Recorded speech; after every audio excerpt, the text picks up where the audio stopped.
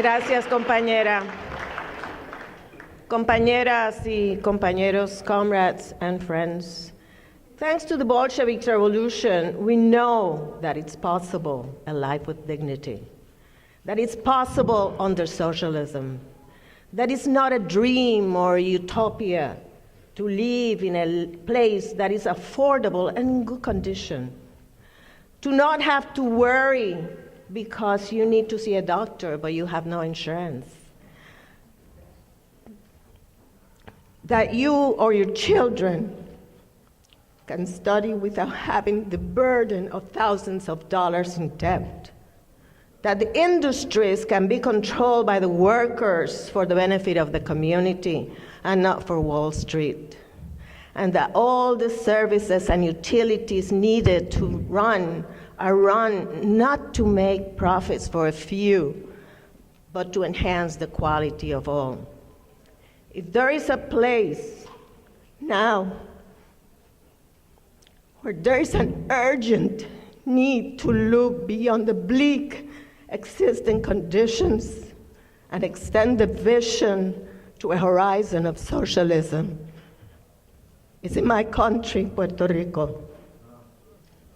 The cruelty of the most despicable imperialist domination is being exercised now in this colony of the United States. What is happening? Last year, the US Congress passed a law called Promesa, which means promise, to impose a fiscal control board that would make Puerto Rico pay an illegitimate public debt of $74 billion. A debt that US banks created in the first place. This board started imposing a neoliberal austerity program, cutting pensions, closing schools, cutting drastically the budget of the 78 municipalities in the archipelago. We must point out that the municipalities are the ones responsible for the day-to-day operations of the cities. So without enough money, they have to cut essential services. Then comes Irma and Maria, two hurricanes within 2 weeks.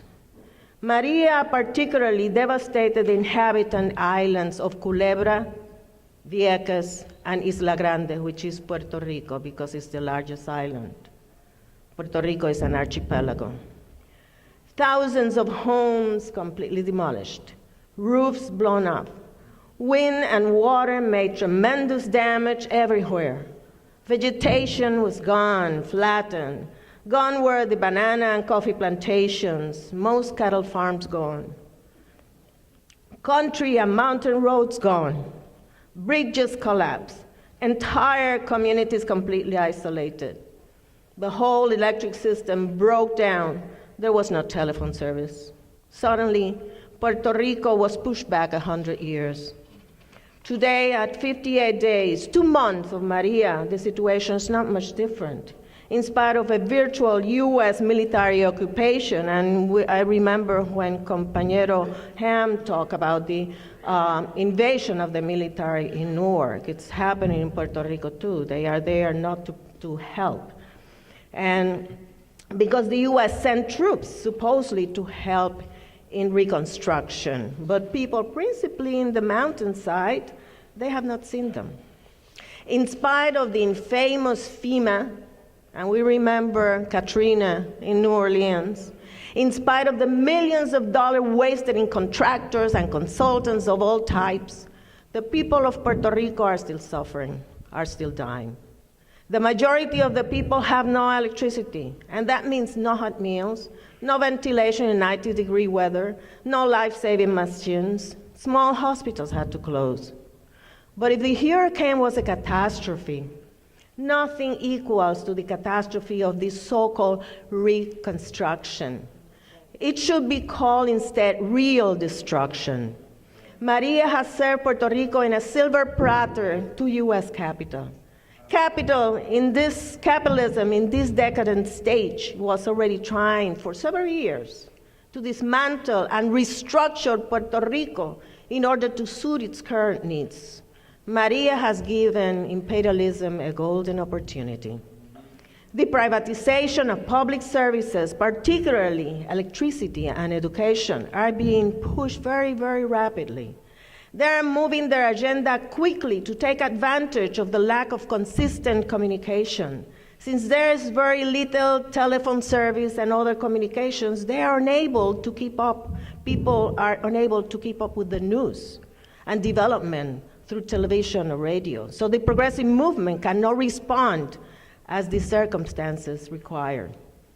It is still difficult to make a cell phone call, for example.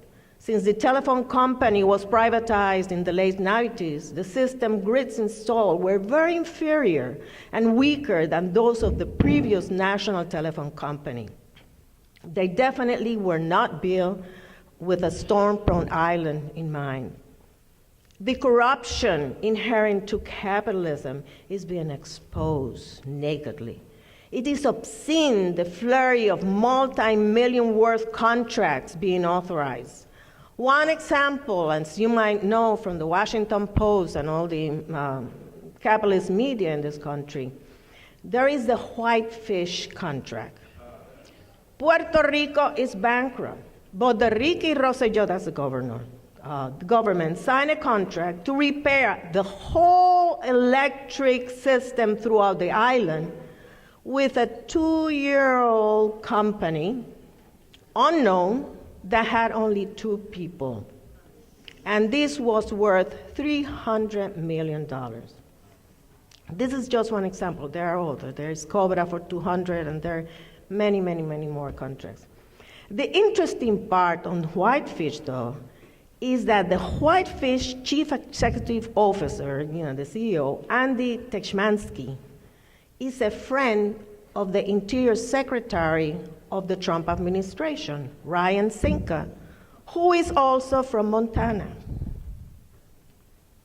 Then, since there was a great deal of criticism, mostly from the US and international media, portraying Puerto Rico as a laughingstock, it made the governor cancel the deal.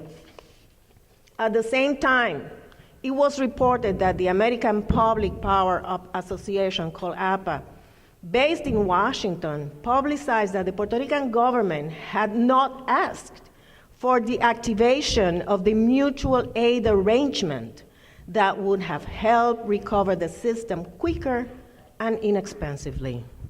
This is an association of all the public electric companies in the United States, and they do have this deal of mutual cooperation. The real purpose behind this is to make the people accept privatization of the electric service. Tired of not having electricity for the most basic needs, many people are already saying that they do not care who provides the service as long as they have electricity. To make the situation worse, the US government has also prevented that Puerto Rico gets help from other countries, because we are a colony. For example, the US has refused aid offered by Cuba, Venezuela, and Mexico. The ESME, that's the Union of Electrical Workers in Mexico, had offered a brigade of skilled workers, celadores. Cuba offered a mobile hospital with dozens of doctors and other medical help, plus electrical workers also. Venezuela offered a ship loaded with much needed diesel for generators, but the colonial ruler rejected all these offers. The other sector targeted for privatization is the education system. It is not a coincidence that the current governor contracted a Philadelphian, her name is Julia Kelleher, not a Puerto Rican, for Secretary of Education of Puerto Rican children. She is a promoter of charter schools and now is carrying an aggressive plan preventing the opening of schools in the island. As a consequence, thousands of families are leaving Puerto Rico to the United States just to have the possibility of enrolling their children in school. Her justification for not opening the school is that they are not in condition after Maria, but parents, teachers, and even the students have joined school after school to clean debris, to paint and condition their school. They want their schools open, and they are working hard for it. The movement to open schools now in Puerto Rico is a wonderful development, and it's full of promise. It is a community-based effort where parents and teachers hold assemblies to plan the course of action. In a way, it can be seen as an embryo of the Soviet-like formation. They are happening all over the island, and they are being organized independently since there is no communication within the country. The glue that holds them together is their sheer will to keep education free, to have their schools open. They are defying the secretary's orders. They are holding pre-conference. They hold daily picket lines in front of the schools, organize fundraisers. The rest of the community, many places are involved. The Puerto Rican Teachers Federation, along several other organizations, just filed a suit against the secretary, and already many schools have opened because of these actions. The defense of public schools in Puerto Rico could very easily turn into the defense of the country.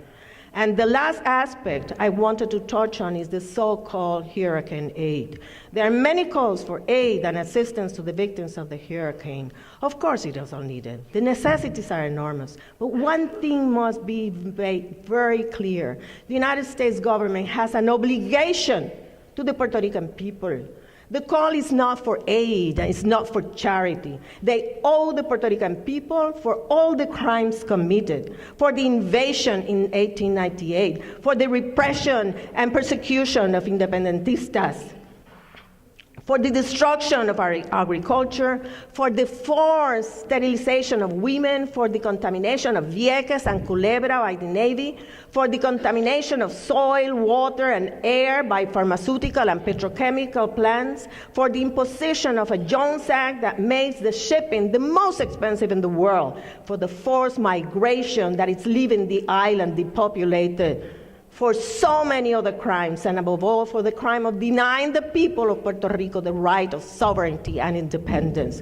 Puerto Rico is suffering. The nation is being torn apart. Families are being dismembered. But what Puerto Rico needs now is not charity. It is justice and it's solidarity.